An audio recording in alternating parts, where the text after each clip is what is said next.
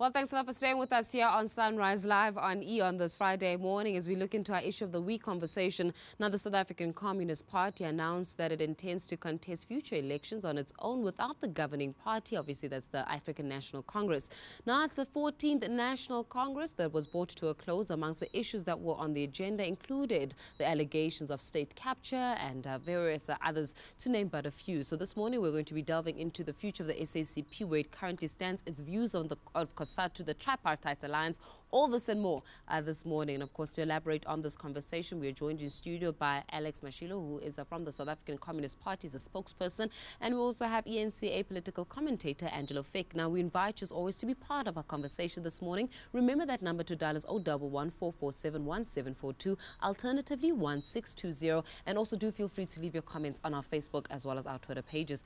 Gentlemen, thanks so much for joining us this morning. Good morning. Good morning, thank you. Alex, let's start off with you. When it comes to the conclusions of the Congress, now we've seen it in the media. I don't want us to have conversations that are being held and that you guys have had in the media in itself. But where do you see the future of the tripartite alliance in your opinion? The tripartite alliance remains relevant, but there are things that make it experience difficulties and that pose a threat to its continued existence. Yeah. Such as increased authoritarianism and increased lack of consultation, let alone, the absence of meaningful consultation on decision making. We are an alliance made up by independent formations. There are two political parties in the alliance, the ANC and the South African Communist Party. There is a labor movement, COSATU, and there is a civic movement, SANCO. But what happens in parliament, what happens in government, what happens across the entire state organization is decided by one alliance partner. That has the effect of undermining the strategic relevance of the alliance. Have you guys been undermined only now? And perhaps, Angela, I'm going to pose this question to you, is that the SACP is saying that they don't want to be undermined, they want to be consulted on decision making, but one must add that if the ANC feels it's okay to not consult with them now, how long has it been okay for them not to be consulted on? Well, I think this has been an issue for observers of the tripartite alliance since the post-1994 period began. So it's really the last 23 years, because there are diametrically opposed interests that these constituencies have, that these organizations represent. So we've always heard that the African National Congress says it is a broad church and it accommodates a variety of beliefs. And that may have worked really well when the object of the African National Congress was the unseating and abolishing of apartheid. But in governance, there cannot be these competing interests that simply move in the same direction. So over 23 years of governance, the African National Congress, and we've been told by the SACP that their presence in that particular alliance has been to temper the more extreme versions of neoliberal economic policies that could have been instituted had they not been there.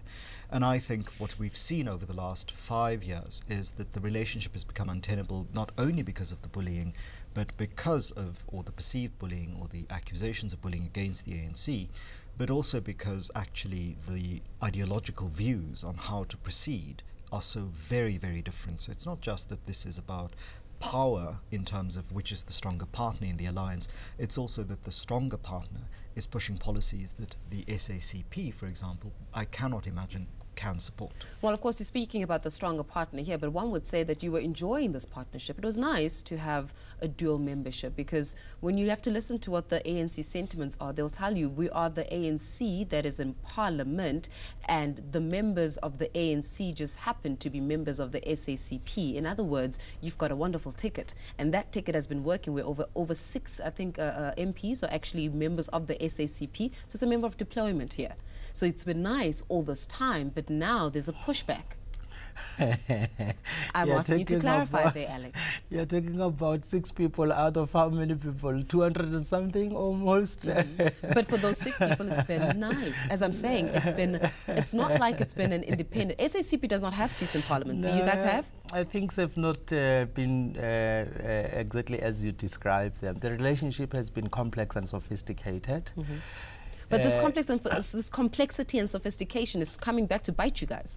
Look, we have built the African National Congress. We have worked together. The relationship was very much intact, especially during the period of the struggle against apartheid.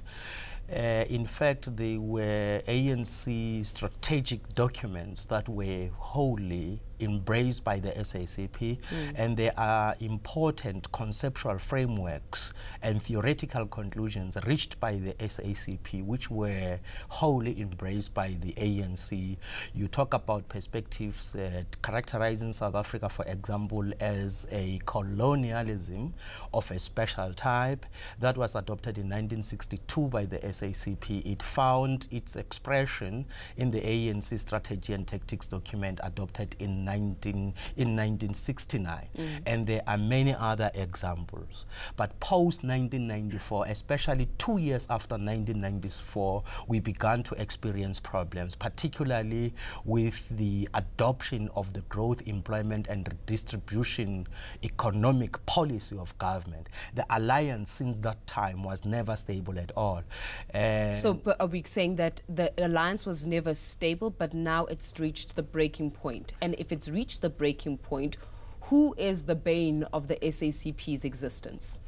I don't think it will be correct to say that it has reached a breaking point. We're talking about a political process, and by its very nature, a political process and a political organization, even if it is a single entity, such as the African National Congress, for example, without the alliance, it's a contested terrain.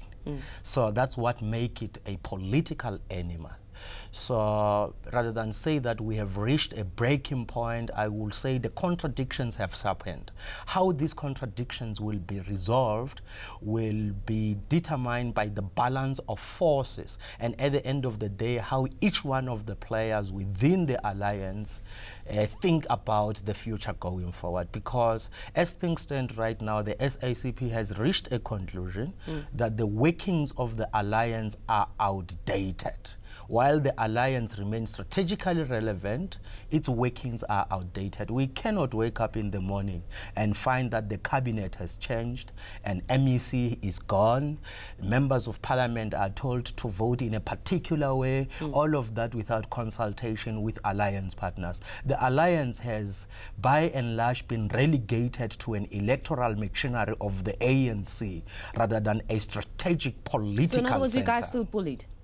Not necessarily. You see, the ANC is facing many challenges. There are certain decisions. If you look at the last cabinet reshuffle, the ANC was itself not consulted. And I'm sure you have seen at least 3 ANC national officials coming out clearly stating that the names were decided somewhere and were brought in the ANC. But Alex, I don't want us to have political jargon here. You're talking about the ANC. This conversation is about the SACP and where you guys are standing. And my question to you is, as the SACP, let me try this. Do you guys feel undermined? Yes, we do feel undermined by unilateralism, by increased authoritarianism, and we are calling for the alliance mode of operation to be reconfigured so that the alliance's workings will be based on a consensus-seeking model. I'm going to ask you for that one as well, Alex. Angelo, sorry. When we're looking at where we're standing right now and the feasibility of this SACP to either run independent in the future elections, is that feasible? Are they strong enough, or are they actually going to require the assistance of COSATU here? Well, I think the test for them will come in by-elections. So between now and 2019, there will be by-elections. And if the SACP wants to test the waters, this will be a perfect opportunity for them to field candidates. They could work with COSATU, they could choose not to work with COSATU, because again, this is not all written in stone. Presumably COSATU has to work out its relationship with the ANC, and some sort of negotiation has to happen between all 3 of these partners and SANCO on the 4th arm. My concern around, the idea that the 2019 election is coming and that the SACP will stand on its own then is, as Mr. Mashilo pointed out, this is a political process. So presumably they'll have to test whether individual candidates in wards in by-elections will up the visibility of the party, so that people are not voting for the idea of the SACP or against the idea of the SACP in 2019, but vote for a party that they've become familiar with. And